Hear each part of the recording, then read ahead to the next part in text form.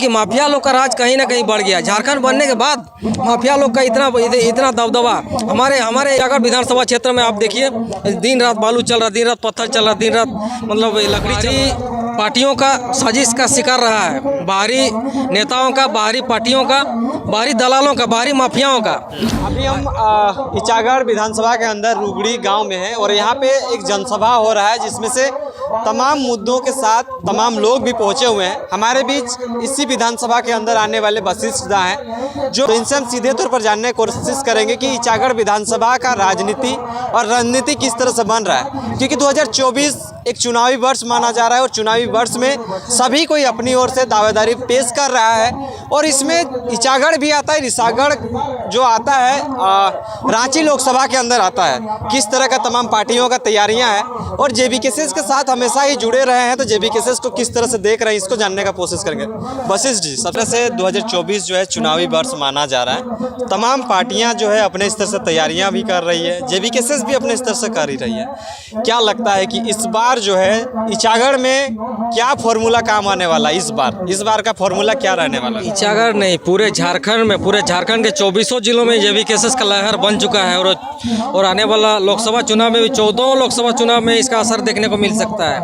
और उसी का एक नमूना के तौर पर ये हाल के दिन में, ये 2 दिन पहले जो घटना हुआ, अंगद जो हमारे झारखंड के भगत सिंह के नाम से जाने जाते थे, उनकी हत्या हुई। तो कहीं ना कहीं जेबीकेएस का एक लहर बन रहा है जिसको रोकने के लिए इस तरह का साजिश या षड्यंत्र रचा जा रहा है ताकि हमारा आंदोलन को कमज़ोर किया जा सके। ताकि तो पूरी तरह से लहर बन चुकी है। जयराम दा इतने 2-3 सालों से जो लड़ रहे हैं, लड़ाई कर रहे हैं, मानव श्रृंखला से लेकर आज तक उन्होंने कभी पीछे मुड़कर नहीं देखा। भले उनका साथ देने वाले सभी कोई छोड़ गए, लेकिन गौतम बुद्ध की तरह, गौतम बुद्ध जिस तरह से तपस्या करने गए थे 5 साथियों के साथ, 5 साथी उनको छोड़ के चले गए, लेकिन फिर भी वो अपने तपस्या में लीन रहे। लास्ट में वो उन्हीं का उपदेश, उन्हीं का धर्म में बाकी जितने भी साथी फिर से आए और सभी को पहले उपदेश दिए। सवाल रहेगा, राजनीति से सवाल हो जाए। इस बार चुनावी वर्ष माना जा रहा है, इचागढ़ में क्या कुछ फॉर्मूला तय होने वाला है? मेरा सवाल इतना है, सटीक से जवाब दीजिए कि कैसे यहाँ का रणनीति जो है सेट किया जा रहा है तमाम दूसरा पार्टी और जेबीकेएस किस तरह से कर रहा है? इचागढ़ विधानसभा कहीं ना कहीं हमेशा बाहरी पार्टियों का साजिश का शिकार रहा है, बाहरी नेताओं का, बाहरी पार्टियों का, बाहरी दलालों का, बाहरी माफियाओं का। आज राजनीतिक समीकरण को बिगाड़ने के लिए इस तरह से प्रयास किया जा रहा है क्योंकि बीजेपी से सभी साधु महतो नहीं है, साधुचरण महतो का वो देहांत हो चुका है और उनकी पत्नी उस स्थिति में नहीं है कि उनका फिर से उनका मतलब एक उत्तराधिकारी के तौर पर फिर से वो आगे बढ़ाए भाजपा से। तो इसीलिए भाजपा का सीट लेने के लिए, ताकि मतलब जेबीकेएस को कमज़ोर किया जा सके, तो इस तरह का साजिश रची जा रही है। लेकिन हमें समझना है कि बाहरी पार्टी बीजेपी भले देश के लिए अच्छा हो सकता है, देश को तोड़ने से बचा सकती है बीजेपी भाजपा, लेकिन झारखंड के लिए बीजेपी आज तक कुछ नहीं किया है।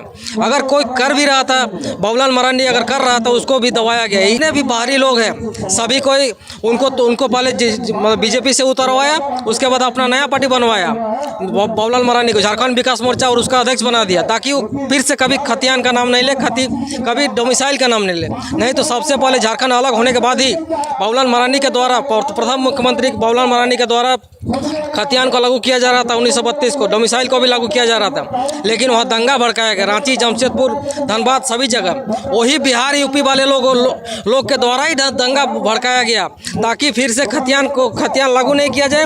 और आप देखे होंगे 60-40 का विरोध में जितने भी सांसद विधायक के पास सभी को, हमारे जेबीकेएस के जितने देवेंद्र भाई सब कोई गए थे, आप लोग भी गए थे, लेकिन किस तरह से रिस्पॉन्स मिला? पीएन सिंह के द्वारा सभी को जेबीकेएस के साथियों को भगाया गया था।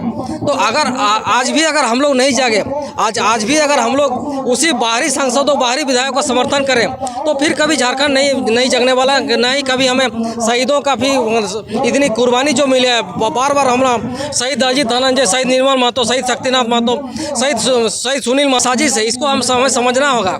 और इनका मतलब अभी तक जांच रिपोर्ट नहीं हुआ। शहीद निर्मल महतो जिसके नाम से झारखंड अलग हुआ है, उनको अभी तक शहीद का दर्जा नहीं मिला है। तो कहीं ना कहीं हम लोग आंदोलन कर रहे हैं और हम लोग आंदोलन करते ही जा रहे हैं। और वही पैसा दारू मुर्गा का खेल चले तो शायद हम लोग का इतना त्याग कुर्बानी कभी काम नहीं आएगा। हम फॉरेस्ट डिपार्टमेंट में होते हुए, एक सरकारी कर्मचारी होते हुए भी इतना समय दे रहे हैं, क्योंकि हमें लगता है कि झारखंड इस बार जगने वाला है। अगर हम लोग जिस मानसिकता के साथ, जिस समर्पण के साथ झारखंड को अलग किए थे, झारखंड जब अलग हुआ था 2000 में, उस समय हम रांची में खुद थे। उस समय जो खुशी दिखते बनता था। लेकिन अभी देखिए वही बाहरी लोग वही फिर से जेएसएससी का घोटाला करते हुए, जेएसएससी जेपीएससी आंदोलन से हम जुड़े हुए थे। जेपीएससी में खुद मैं क्वालिफाई किया था पीटी में, लेकिन मैं जानबूझ के हम आंदोलनकारी को सपोर्ट किया ताकि हमारे झारखंड को इंसाफ मिले, झारखंड के विद्यार्थियों को इंसाफ मिले। मैं अपना मेंस का तैयारी नहीं किया, मैं पीटी के क्वालिफाई होने के बाद भी मैं आंदोलन का साथ दिया और आज तक आंदोलन का साथ दे रहा हूँ, ताकि अगर चाहता हूँ कि देश की धरती तुझे कुछ और भी दूँ, तन समर्पण, मर समर्पण और ये जीवन समर्पण। चाहता हूँ देश की धरती तुझे कुछ और भी दूँ। तो इस तरह का मेरा विचार है।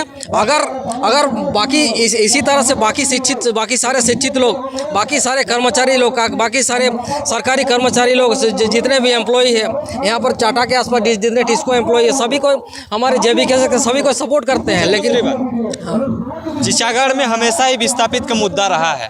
विस्थापित का मुद्दा कहाँ तक पहुँचा? क्योंकि विस्थापित को जो अपने तरफ अट्रैक्ट कर पाता है वही यहाँ पे राज करता है। हालांकि ये राजनीति में काम आता है या नहीं आता, ये तो भली भांति आप जानिएगा।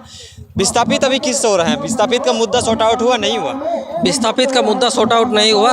कोर्ट में अभी फिलहाल केस करने की प्रक्रिया चल रही है और न्यायालय तक इस विस्थापित मुद्दा को ले जाना चाहते हैं। लेकिन यहाँ के जितने भी नेता है वो कोई बाकी जितने भी नेता है, हमें लगता है कि विस्थापित को सिर्फ मुद्दा बनाए रखना चाहते हैं। वो लोग कोई समाधान नहीं चाहते हैं। जिस तरह से विस्थापित को मुद्दा बनाए रखना चाहते हैं, उसी तरह से हाथी समस्या को भी मुद्दा बनाए रखना चाहते हैं। हम चूँकि फॉरेस्ट डिपार्टमेंट से जुड़े हुए हैं, इसलिए हम इस चीज़ को गहराई से जानते हैं कि इससे पहले हाथी समस्या का भी बहुत पहले इतना हाथी समस्या नहीं था। लेकिन अभी हाथी समस्या क्यों है?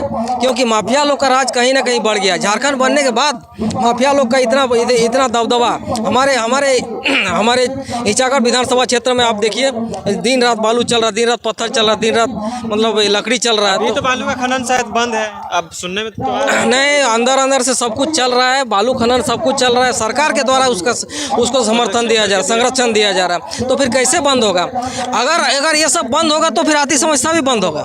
लेकिन ये लोग कभी नहीं चाहते कि इस समस्या का समाधान हो। कि आप जिस जल जंगल जमीन की बात करते हैं, आज उसको जमीन पर उतारने की जरूरत है। जयराम दा भी इसी जल जंगल जमीन की बात करते हैं। अगर जमीन का मालिकाना हक हमारा है तो सिर्फ तो माफियाओं को देने के लिए नहीं होता है। अगर जरूरत है कभी घर बनाने के लिए, अगर बालू का जरूरत है तो आप ला सकते हैं, उसके लिए आप मालिक हैं। ग्राम सभा का पावर वही है। लेकिन ग्राम सभा के नाम पे आप माफियाओं को बेचिएगा, बाहरी लोग पूरा आएगा यहाँ पर अतिक्रमण करेगा, तो ये कहीं ना कहीं फॉरेस्ट डिपार्टमेंट के साथ ही साथ हमारे ग्रामीणों, ग्राम सभा सभी के लिए अन्याय हो रहा है। तो इस चीज़ को समझना होगा।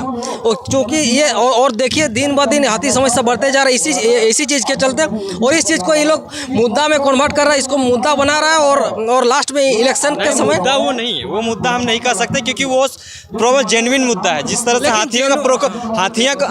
जंगली हाथियों का प्रकोप जिस तरह से देखा जा रहा है वो जेन्युइन मुद्दा है। इसको हम लोग राजनीति से नहीं जोड़ सकते। नहीं, लेकिन राजनीति जितना भी नेता है वो लोग दिखाना चाहता है कि